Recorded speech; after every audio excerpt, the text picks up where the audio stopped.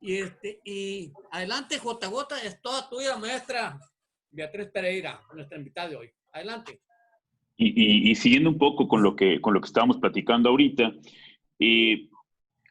¿crees, Betty, que el pelotero mexicano ha logrado este tipo pues, ha sobresalido de esta manera tanto en Liga Mexicana como sobre todo en grandes ligas, a pesar de toda el entramado político que ha representado el béisbol mexicano a lo largo del tiempo? Pues, va contracorriente las organizaciones, la parte del béisbol organizado en México juega en contra del pelotero. Mira, creo que no podemos perder de vista algo que es muy importante y que obviamente si ocurre en México, ocurre en grandes ligas. El béisbol es un negocio y cada dueño de cada club o el presidente de la liga en turno lo que va a representar obviamente es poder tener un negocio que les reditúe dinero y que obviamente lo primero que van a pensar es en que este dinero que yo estoy invirtiendo se multiplique, que yo pueda tener un mayor margen de utilidad. Ese siempre será el objetivo, no solamente de los empresarios del béisbol, de cualquier persona que se precie de ser empresario. Hablar de un sindicato sabemos, debemos estar todos conscientes que eso depende del jugador, que el jugador es quien debe organizarse, es quien debe decir, llegó la hora de reclamar nuestros derechos laborales y entonces nos vamos a organizar y de manera estructurada vamos a defendernos como gremio. Eso desafortunadamente en México no ha pasado. Creo que es importante que pase. Creo que van tarde los jugadores en el sentido de que no pueden soslayar más tener un sindicato porque pueda pelear por sus derechos. Porque creo que ya no es correcto que siga existiendo esta demanda legítima que existe desde hace muchos años y que sí creo que es una deuda, que es algo pendiente que el jugador, que los peloteros como gremio se deben a sí mismos. Creo que no podemos esperar que los dueños de los equipos sean hermanas de la caridad y que digan, sí, generosamente yo me comprometo a ceder esto. Los derechos se pelean, se ganan, se luchan, se defienden y eso creo que le faltó al jugador mexicano. Entonces, es complicado, obviamente, porque sabemos que si no hay equipos con finanzas sanas que logren mantener el béisbol, pues un día se nos puede acabar. Que al final de cuentas los que generan las fuentes de empleo son esos y son ellos y que tiene que haber un equilibrio. La pandemia creo que más que nunca nos lo ha puesto en la cara y nos ha dicho sobre la fragilidad de este deporte.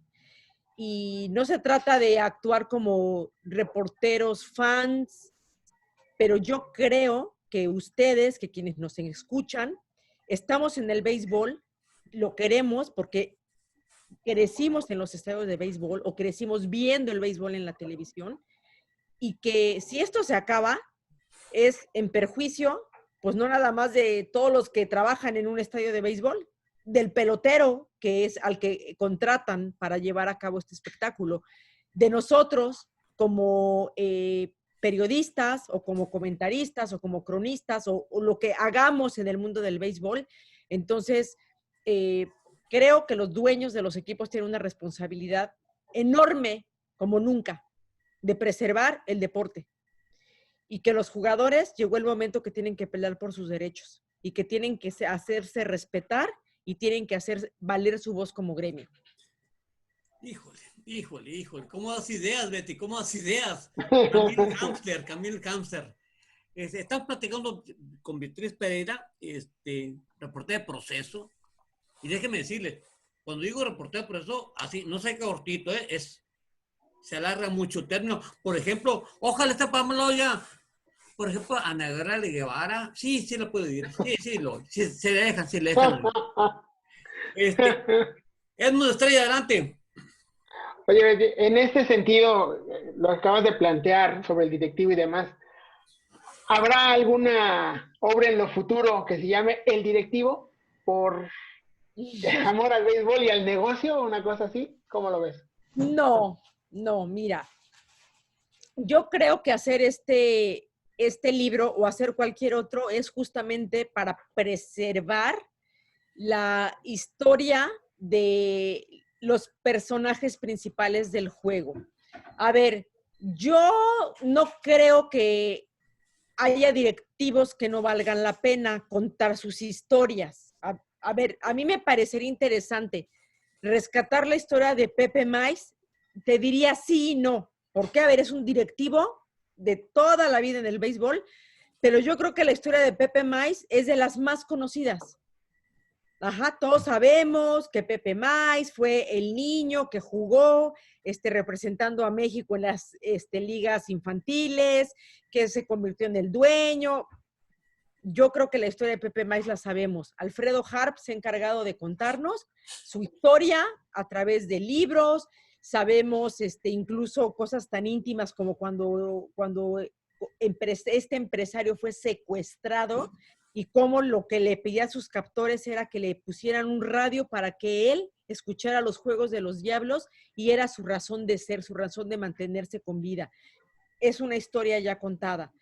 Yo te diría, ¿qué sí me interesaría contar? Por ejemplo, sí me gustaría contar la historia de Enrique Gutiérrez, el fotógrafo, ¿no? Okay. Y a lo mejor de su papá.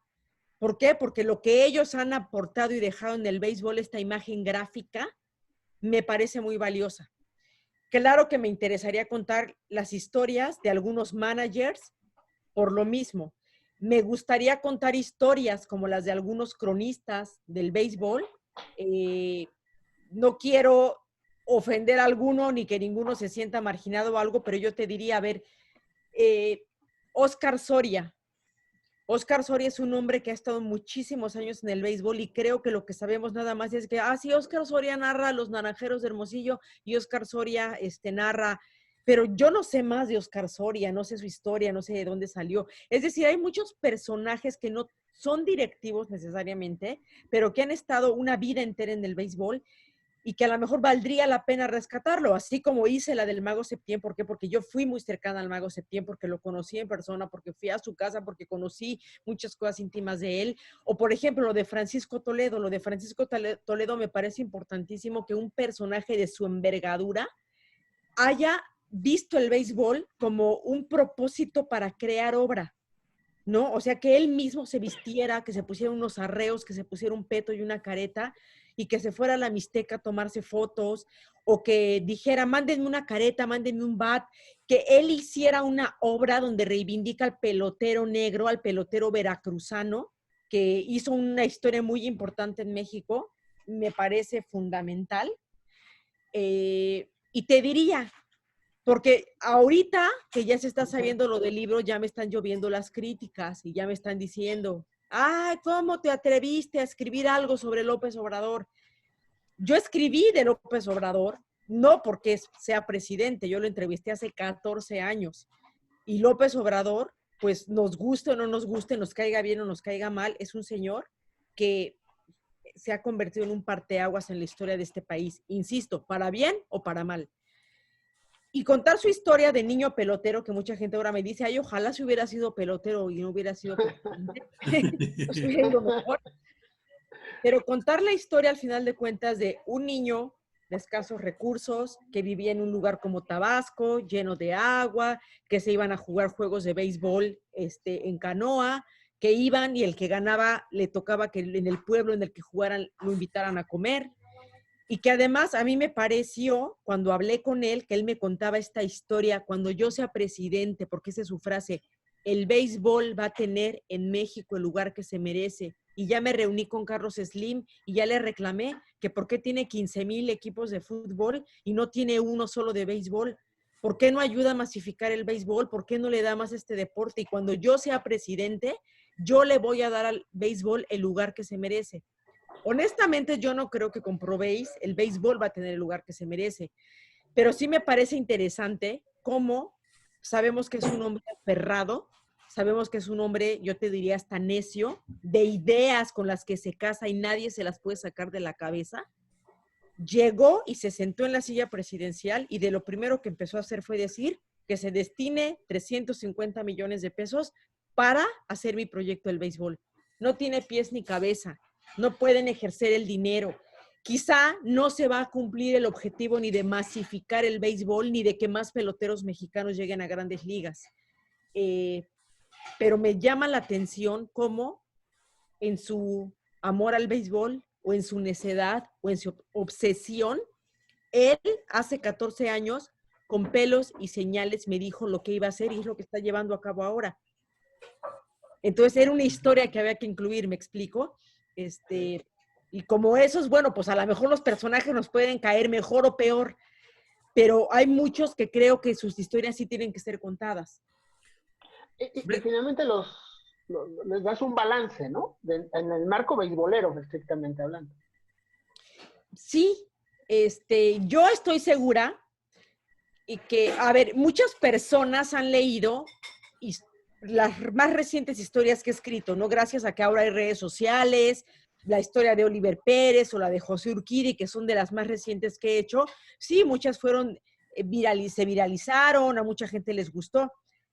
La historia de Esteban Loaiza, por ejemplo, que yo escribí en 2003, que sus papás me contaron, porque, por ejemplo, Esteban Loaiza no es una persona muy entrevistable. Muchas veces lo intenté entrevistar y yo le intenté tratar de arrancarle y Esteban no me contaba nada.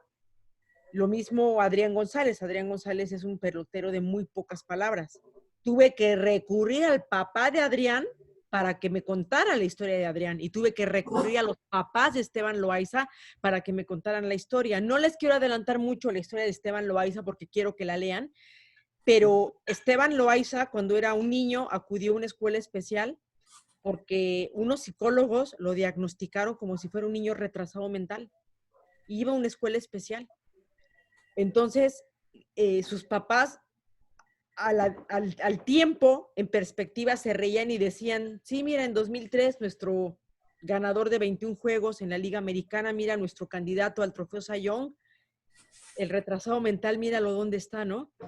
Pero al mismo tiempo, la historia de Esteban es una historia de luz y de sombra. Todos sabemos que actualmente Esteban Loaiza hoy día está purgando una condena por tráfico de drogas, y creo que esta condición se explica un poco por esta mente rara que tiene Esteban, que si bien lo llevó a ser un pelotero extraordinario, en la vida real o en cuestiones más básicas, Esteban Loaiza no pensó o no midió lo que le podía acarrear como consecuencia meterse en este problema. Y estoy segura que por ahí debe haber otras historias. De algunos ya las sé, voy a tratar de buscarlas, de jugadores mexicanos que llegaron a grandes ligas, que hicieron buen dinero, que hoy ya han perdido ese dinero, que batallan en la vida cotidiana para salir adelante, y que uno se preguntaría, ¿cómo es que si alguien que parecía tenerlo todo, por qué se tropezó de esta manera o se equivocó de esta manera para meterse en un problema grande como tener que, a su edad, seguir batallando, picando piedra para obtener dinero, ¿no? Se dan cuenta cómo son historias que son muy cercanas a nosotros, a cualquier persona. Subir muy alto y caer, equivocarte, juntarte con la persona equivocada y que puedas estar viviendo en una situación difícil después de que parecía que tu vida como jugador estrella del béisbol te había resuelto la vida. Oye, Betty, a ver, va el comercial, tiene que ver comercial. El libro, ¿cómo hacerse de él? ¿Cómo obtenerlo? Es la primera pregunta, así cortita. ¿Cómo obtenerlo? ¿Dónde va a estar disponible el libro? ¿Dónde comprarlo? ¿Dónde adquirirlo? Por cierto, yo lo quiero autografiado, ¿no? Claro que sí, Flaco, cuenta con eso. A ver, en este momento está disponible en librerías El Sótano. Si entran a la tienda virtual de Proceso en la página proceso.com.mx, van a tienda virtual y le ponen en impresos, ahí van a poder hacer su pedido. Afortunadamente ya a partir de esta semana va a empezar a estar en más librerías, ya va a estar en Porrúa, ya va a estar en el Fondo de Cultura Económica, va Gandhi, ya Proceso va a tener su versión digital. Por ahí ya unos amigos me dijeron que en Mercado Libre ya alguien lo tiene y lo está ofreciendo. También va a estar, bueno, pues en Mercado Libre, va a estar en Amazon. Entonces, en las próximas semanas ya vamos a poder encontrarlo en más lugares. Para quienes viven en México, y que puedan, pues ya sea comprarlo, pues no va a haber de otra, ¿no? Si no hay librerías Gandhi o el sótano donde viven, pues hacen su pedido. Si no lo hacen, pues la versión digital puede ser la opción para quienes viven en Estados Unidos también, porque ustedes saben que hay una comunidad mexicana enorme en Estados Unidos. Entonces, ojalá que a ellos les interese, que les guste, pero así va a estar la distribución, Flaco. Está saliendo del horno, o sea, nos estamos incluso hasta adelantando un poco al estar hablando del libro, pero pues qué maravilla, qué mejor. Bueno, ahora la pregunta, Betty. No sé si en los textos que publicas en el libro, el pelotero habla y dice, pero está consciente, ¿captaste esto? Pues no sé, pregunta, ¿captaste que el pelotero se sabe objeto? Tú dijiste, y todo el mundo recuerda, el béisbol es un negocio. El pelotero sabe, el personaje central sí, pero el pelotero que viajó, el que se fue, se sabe objeto del negocio, se sabe que es tratado como una mercancía, es como si fuera un tomate. Pero es un tomate, vales tanto, vales 3 y allá vales 8, 9. ¿Se sabe eso? ¿Lo rescatan los textos esa parte? A ver, sí.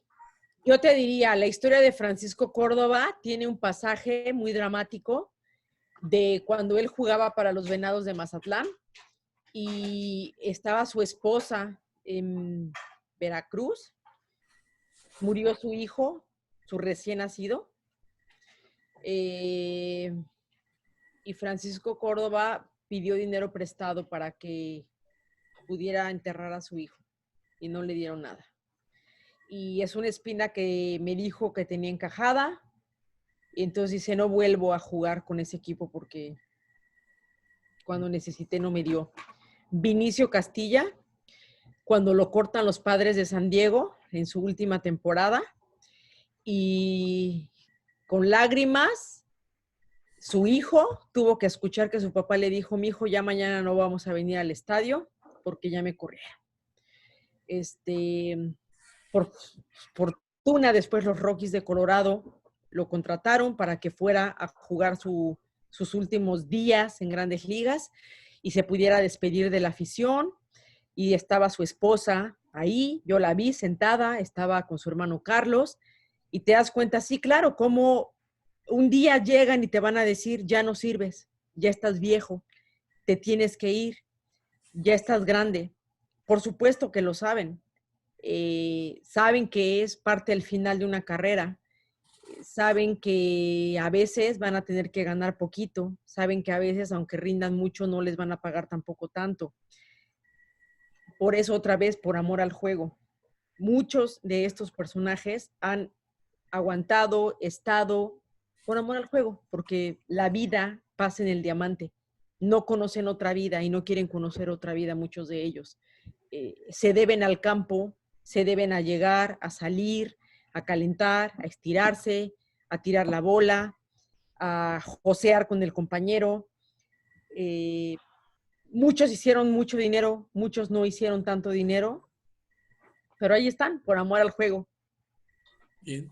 JJ Sánchez, la maestra Beatriz Pereira. Y dentro de todo lo que, bueno, sabemos pues, de toda la carrera que has tenido como periodista, ¿qué lugar ocupa este libro en tu carrera como periodista? ¿Qué significado tiene en este momento de la vida de Beatriz Pereira el publicar este libro? Te diría que es muy importante. Es un resumen de mi vida personal y de mi vida profesional. Soy periodista porque quise ser cronista de béisbol. Fui a la universidad a estudiar ciencias de la comunicación porque quise ser cronista de béisbol. Y en el libro aquí viene contada la historia, ¿no? Desde que yo tenía uso de razón, sabía que existía el béisbol. Mi papá era un jugador semiprofesional de béisbol. Mi casa estaba llena de bats, de pelotas, de sus spikes, de las maletas llenas de arcilla, la tierra, que yo veía, tocaba, jugaba, veía jugar a mi papá. Y yo anhelaba y deseaba ser un niño para poder jugar béisbol como mi papá. Y cuando me di cuenta, pues que no fui niño y que yo quería seguir en esto, entonces veía al Mago Septién en la tele y dije, bueno, creo que pelotero no, pero creo que cronista sí puedo ser. y por eso me estudio ciencias de la comunicación y de repente también me doy cuenta que no tengo ni la voz, ni tengo tanto ritmo, ni tengo talento. Y entonces tengo que decir, bueno, pues tampoco cronista de béisbol, pero bueno, periodista de deportes ya soy. Y entonces leí Dios es redondo de Juan Villoro, que es de fútbol. Y entonces yo decía, pues si Villoro fue capaz de hacer esto con los futbolistas, yo tendría que ser capaz también de hacerlo con los beisbolistas. Y me matriculé en la UNAM para estudiar letras hispánicas. Y entonces dije, bueno, pues para saber escribir hay que leer. Y me puse a leer, y a leer, y a leer, y a leer. Te estoy hablando de que me matriculé en 2008, con la idea de aprender, de afinar la pluma, de ensayar. Ya había escrito algunas de estas historias.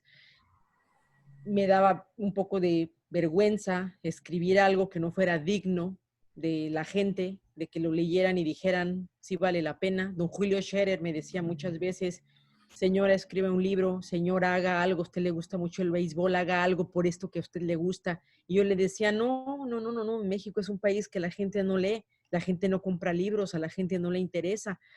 Pero al final de cuentas siempre me quedé con la espina y creo que era algo que me debía a mí misma. Y entonces dije, bueno, pues hay que perder la pena, hay que perder la vergüenza, vamos a rescatar las historias. Son 18 historias, de las cuales 7 se publicaron en 2003 en el periódico El Independiente. Por supuesto, pasaron completamente desapercibidas. Ahí está la historia de Loaiza, la de Francisco Córdoba, la de Jorge de la Rosa, la del Mago Septién, por mencionarte algunas. Las otras son de proceso. Muchas se escribieron en una época en donde no había redes sociales, donde lo mismo, si eras un lector asiduo de proceso, te enterabas de la historia, si no, realmente no. Y creo que ahora con las redes sociales es un buen momento para rescatarlas. Las actualicé y me animé a decir a la gente, yo amo, quiero y adoro este deporte como pocas cosas en la vida. Me puede mucho cuando la gente dice, el béisbol es aburrido, es que no lo entiendo, es que dura mucho, es que está bien largo. Y a mí me ha tocado evangelizar a muchas personas y decirles, no, mira, no tienes ni que saber ni entender tanto. Ven, siéntate, yo te explico. ¿Ves esto? Esto es un doble play. ¿Ves esto? Esto se llama un squeeze play. ¿Viste qué grandiosa atrapada? Ve qué maravilla, porque además les dicen gordos, eso no es un deporte. Y después ves al que se estira y se abre de piernas en la primera base, que es un gordito, ¿no? Y dices, no, por supuesto que son atletas, por supuesto que su tipo de deporte es otra cosa, pero son capaces de hacer cosas maravillosas, de pensar y de razonar. Entonces, no le tengan miedo al béisbol, vengan, acérquense, lean, aprendan esto, vayan al estadio, al estadio que quieran. Si van al Harpelú en la Ciudad de México, tómense una cerveza y cómanse unos tacos de cochinita. O si van al estadio de Culiacán, pues me imagino que los hot dogs o las hamburguesas, y allá una vez me comí unos tacos en el Ángel Flores buenísimos. Y así en cada estadio, el ambiente, la música, aplaudir una gran jugada, es lo que yo le quiero contagiar a la gente y es lo que le quiero dejar, José Carlos. El béisbol es de las personas que hemos estado toda nuestra vida ahí, viendo que ustedes, por ejemplo, con su programa cada domingo, deleitan a las personas y les hablan de temas y los convidan del béisbol. Pues creo que no sé si es nuestra misión en la vida, pero qué bonito, ¿no? Qué bonito que algo que nosotros queremos y amamos se lo podamos compartir a otras personas, a las generaciones que vienen, porque no podemos dejar que se muera. Son años de historia, son un montón de nombres, son un montón de cosas fantásticas que creo que no podemos dejar perder. Nosotros estamos en primera fila ahorita presenciando los hechos que en el futuro van a ser la historia del béisbol. Y qué privilegio para nosotros, ¿no? Poder contarlos y dejar un legado, dejar algo que le permita a la gente que viene más adelante y que sepa y digan, qué bueno que sabemos esto, ¿no? Oye, Betty, fíjate, nos hace un comentario y lo voy a compartir porque me da mucho gusto. Dice, es uno de tus mejores programas. Estoy maravillado con la señora Pereira. La sigo desde años en proceso. Gracias a ti. Gracias a Edmund y JJ y en particular a Betty.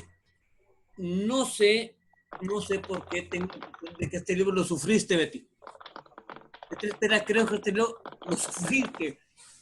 Alguna vez yo hice un libro, alguna vez, ya, hace tiempo, pero creo que es como, no sé cómo compararlo, pero si un libro es un parto doloroso y lo sufriste, Betty. ¿Qué tanto sufriste este libro? ¿Qué tanto lo padeciste? ¿Qué tanto lo sentiste en carne propia? Decir, no, y no, no, no. O sí, sí, sí. No sé, Pues Betty. mira, creo que lo dices bien. La expresión que utilizaste para hablar del libro de es un parto doloroso, creo que sí. Hay un periodo de gestación, hay un periodo donde dices, lo estoy haciendo y aquí está, y entonces no estaba el editor que yo quería que estuviera, y al final de cuentas el editor que tuve fue una tragedia porque lo mataron hace poco en un acto de violencia en la Ciudad de México, Juan Guillermo López, un políglota, un editor de muchos años en México que editó a personas como Villoro, como Enrique Krause, porque hubo que leer y releer el libro, porque estamos en época de pandemia y tuve que hacer correcciones con mi compañero Fernando Cisneros a distancia, en sesiones de Zoom, vía WhatsApp, tomando fotos a los primeros modelos del libro, cámbiale esto, cámbiale el otro, qué vamos a castellanizar, qué va. Pedirle a Jaime Contreras, mi editor cotidiano en proceso, que me ayudara a hacer las cabezas, porque había unas cabezas originales que yo pensaba que podían ser mejores, a Rafael Rodríguez Castañeda, quien por años fue director de proceso y que ahora es el responsable de ediciones proceso, también, y entonces cuando entra la imprenta y entonces, ¿qué va a llevar esto? ¿De qué color va? Y entonces las fotos, por ejemplo, Enrique Gutiérrez, que lo quiero decir con todas sus letras, que me hizo la selección de fotos que le pedía de archivo histórico de béisbol al señor Harp, que si me podía regalar las fotografías y dijo que sí, y Enrique las escogió y me mandó un montón de fotos y decide y cuál, y sabes qué, no va a color, va en blanco y negro. Sí, todo, José Carlos, durante la pandemia, trabajando al mismo tiempo que yo trabajaba, haciendo lo que hago cada semana y todos los días para proceso, haciendo el libro, y al final de cuentas, pues fue un parto doloroso, pero aquí está el chamaco, y no sé si es porque yo ya estoy muy enamorada de Pelotero, pero creo que es un chamaco bonito, creo que es un chamaco que se hizo con mucho amor, es un chamaco que estoy presentando ahorita con ustedes a la sociedad, que espero que reciban con mucho cariño este chamaco, que lo lean, que lo vean, que lo abracen, que si le encuentran defectos, que también me lo digan, o que si le quieren hacer propuestas, me las digan, y que si le quieren dar de besos, también le den de besos, porque todo es bienvenido. Bien, además ya sabemos que queremos un libro, tenemos que leer el libro de Betty, el pelotero for the love of the game, por amor al béisbol, pero yo así, autografiadito, así para decir, tengo un libro de Betty Pereira para presumirlo. Adelante, JJ. Sí, no, hay momentos en los que digo, bueno, ya que quiero al niño ya en mi casa, ¿no? Quiero invitarlo a cenar, ¿no? Al niño ahorita, ¿no? Para desvelarme toda la noche y no dejarlo dormir al buen niño que nos están presentando el día de hoy, que además como la manera en como lo cuentas, como narras las historias es extraordinario, ¿no? O sea, quienes están escuchando el programa seguramente comparten conmigo esa necesidad, porque ya no es gusto, es necesidad ya de tener algo tan bien logrado, de algo que representa tanto, sobre todo para quien lo escribe, ¿no? Que siempre es lo más valioso cuando dentro de un texto se ve que el escritor dejó todo ahí, ¿no? Que es su vida la que está plasmada en letras, y eso pues obviamente es lo más grandioso que por lo menos hasta ahorita he escuchado de todo esto, ¿no? A pesar de que el libro en sí mismo es extraordinario, esta parte donde tú nos compartes dar o pues literalmente ofrecerte a ti como profesionista, como periodista, como mujer, como persona, como hija, el dar esto a través de letras es totalmente invaluable para los que tendremos oportunidad de leerlo, y de verdad que pues es fascinante, ¿no? Poder tener esa oportunidad de leerte y de verte y de sentirte y de percibirte a través de este libro. Y pues cuéntanos, ¿ya lo podemos ir a adquirir ahorita o tendremos que esperar a que sea mañana la presentación oficial?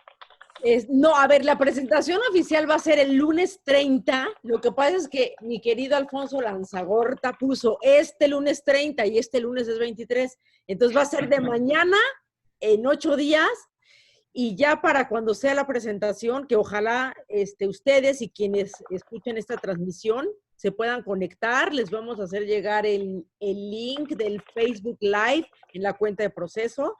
Ahí va a ser, me gustaría adelantar, pues está Alfonso Lanzagorta como presentador, está Álvaro Morales, que aunque ahorita ya anda muy metido en el fútbol, no debemos olvidar que Álvaro Morales nació en el béisbol y también fue cronista de béisbol. Está Gabriel Medina, que ahora es directivo de la Liga Mexicana de Béisbol, pero Gabriel es también un cronista de béisbol, un periodista de este deporte. Va a ser el moderador Jaime Contreras, mi editor en Proceso. Entonces, para ese momento, el libro ya estará disponible en plataformas digitales, ya lo podrán conseguir en varias librerías. Va a tardar un poquito más en llegar a Sanborns, pero entiendo que también va a estar en Sanborns, porque en muchos lugares en México, pues tienen esta tienda, entonces ahí lo van a poder conseguir y pues cualquiera que no lo pueda encontrar, que nos pregunte y veamos cómo le hacemos y lo podemos hacer llegar. Pero ojalá que de verdad sí, que lo quieran adquirir, que lo lean, que les guste mucho, porque al final de cuentas eso es lo que yo quiero. Que la gente pueda tener este documento, que lo lea, que lo disfrute y que al cerrarlo diga, ay, no lo sabía y qué padre que ya lo sé. Qué gusto haber leído esto, me enteré de esto que no sabía o de esto ya lo sabía, pero está tan bien escrito que me gustó. Quiero presumir, por supuesto, el prólogo de Juan Villoro. Estoy contentísima de que un escritor respetado por mí y por muchísimas personas, muy querido por mí, le pedí que me acompañara en esta aventura. A Juan Villoro la gente lo identifica en el fútbol, pero no, Juan Villoro es una persona que le gustan los deportes, sabe de deportes, le gusta el béisbol y escribió cosas maravillosas acerca del béisbol y me dejó completamente sorprendida. Hizo analogía, no les voy a adelantar nada, pero hizo una analogía preciosísima del béisbol con una de las grandes obras de la literatura universal, que dije, Dios, ¿cómo es que nunca se me ocurrió a mí hacer esta analogía del béisbol, no? Bueno, pues tenía que salir de la mente brillante de Juan Villoro. Edmundo Estrella, un minuto más para preguntar. Básicamente, más que pregunta, te manda a saludar Juan Carlos González Íñigo, que está encabezando un proyecto para empujar a Fernando Valenzuela hacia el Salón de la Fama. Le gustó mucho el programa, les manda a saludar a JJ, a José Carlos y por supuesto a Betty, también Lupita Ojeda te manda a saludar desde Oaxaca, y ha sido un gran programa. Entonces, más que preguntar, yo quiero agradecerte la pasión con la que nos estás presentando al bebé, ¿no? Agradecerte la deferencia para poder conocerlo aquí, pero no solo es conocerlo y llegar, ay, mira qué bonito, no, nos estás dando a un niño que hacía falta, que reivindica el béisbol, que reivindica a los personajes, y en ese sentido, pues creo que más allá del producto como tal, de las letras, esa pasión que transmites y ese legado es algo que le va a ayudar mucho al béisbol en México. Vamos a empujar para que se conozca mucho más, por supuesto. Esperamos el Peloteros 2, el Directivos, el Fotógrafos, todo eso que con tu conocimiento y tu sentido crítico, me parece que le da ese toque humano al juego. Como dices, no los dioses, no esos inalcanzables ídolos que ves de niño chiquito, sino el ser humano que alcanzas a apreciar después y la historia que hay detrás que también te hace humanizarlos y respetarlos más, me parece. Muchas gracias, Betty. No, pues gracias a ustedes, gracias a Juan Carlos, esta encomiable labor que está haciendo. Por supuesto, en el libro está la historia de Fernando Valenzuela. Ya me tocó verlo en su último juego en Mexicali, hace ya bastantes años. De ahí me fui a Chihuahua. Viene todo eso en el libro, ¿no? Hay una descripción de Chihuahua tantos años después de que el Toro se fue de allá. por supuesto también gracias a Lupis Ojeda y a todos quienes han estado pendientes de esta transmisión. Les aprecio muchísimo el tiempo, José Carlos, el interés. Es delicioso hablar con personas como ustedes. Esta es nuestra torre de Babel. Hablamos en todos los idiomas de lo que nos gusta. Muchas gracias por su tiempo, muchas gracias por el interés, muchas gracias por darme este espacio. Oye, Betty, yo no quisiera despedir el programa sin agradecerte de todo corazón por muchas razones. Nos trajiste el bebé aquí está el bebé, que se presenta el día 30, el pelotero la bola de Betty, pelotero por amor al béisbol, el que nos hayas compartido los sí y los no del libro, pero también que nos hayas compartido una visión que a lo mejor perdemos en el espacio universal del béisbol y nos hayas traído a valor presente el amor al juego. Qué bueno que escribiste, qué bueno que lo hiciste el libro, qué bueno que va a estar en manos de muchos, autografiado para algunos, ojalá para algunos. Pero sobre todo decirte, así como dice Don, gracias porque finalmente somos tus alumnos, somos, y me siento muy orgulloso de decir, qué bueno que estás con nosotros, Betty Pedra. Gracias, muchas gracias, Betty. Un placer haber estado contigo, un placer que hayas estado, un honor que hayas estado con nosotros, y esta es tu casa, cuando quieras, en el momento que quieras, esta es tu casa, aquí vamos a estar, miércoles, domingos, aquí estamos. Beisbolerías hoy se vistió lujo con la presencia de Beatriz Pedra. Betty, muchas gracias. Gracias a ustedes, Flaco. Les mando un abrazo enorme a los tres y un abrazo enorme también a quienes nos escuchan. Y nunca lo pierdan de vista. El béisbol y por amor al béisbol. El pelotero. Ya pronto lo va a tener usted en su mano. Pronto, muy pronto. Algunos nada más lo van a tener autografiado. Con lo que vale, lo que vale. Pero aquí hay más de uno, ¿eh? Sí, sí, porque... sé, pero acá entre no. No, yo lo voy a ir a comprar mañana mismo. JJ, buenas noches. Nos vemos el miércoles. Gracias, Betty, por supuesto, gracias. Gracias y gracias a los tres. Un abrazo. Buenas noches, un abrazo. Feliz Thanksgiving, Betty Pereira. Feliz Día de Acción de Gracias. Buenas noches. Gracias. Hasta pronto.